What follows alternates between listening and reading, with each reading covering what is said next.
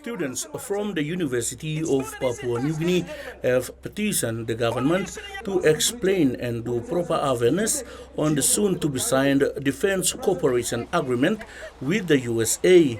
The petition lists, among other concerns, potential environment damages and an imbalance in resource distribution. Our request now is very simple. Reach out through the context and let the Prime Minister know that he must not be signing this pact today. If we hear that you are signing it, tomorrow and onward we will cause social and civil unrest. Minister for Finance and Planning Renbo Paita received the petition and explained to the students that the DCA is not a treaty but instead a framework agreement. Whereas this case, it's a framework agreement. Framework agreement meaning there is a skeleton agreement for what is to be added on the framework agreement, meaning that principles are going to be signed. Principles of what agreement?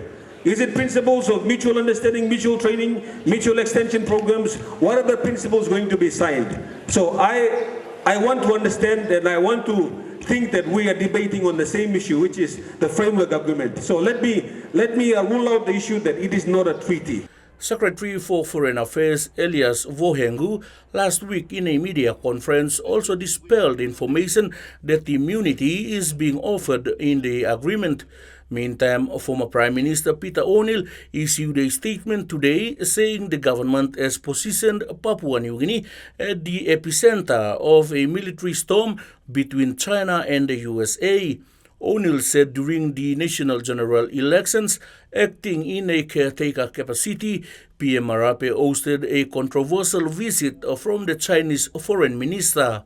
He further gave another example of political blunder when Commissioner of Police David Manning announced in August 2022 that China had donated 2,000 bulletproof vests and helmets to RPNGC and would provide ongoing training support from China and the building of new facilities.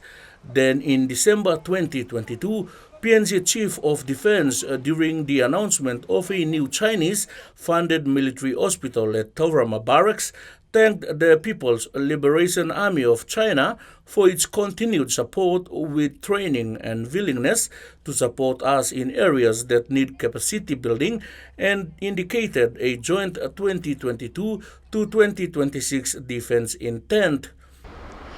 According to Prime Minister James Marape, the proposed DCA is still work in progress and yet to be approved by the Cabinet.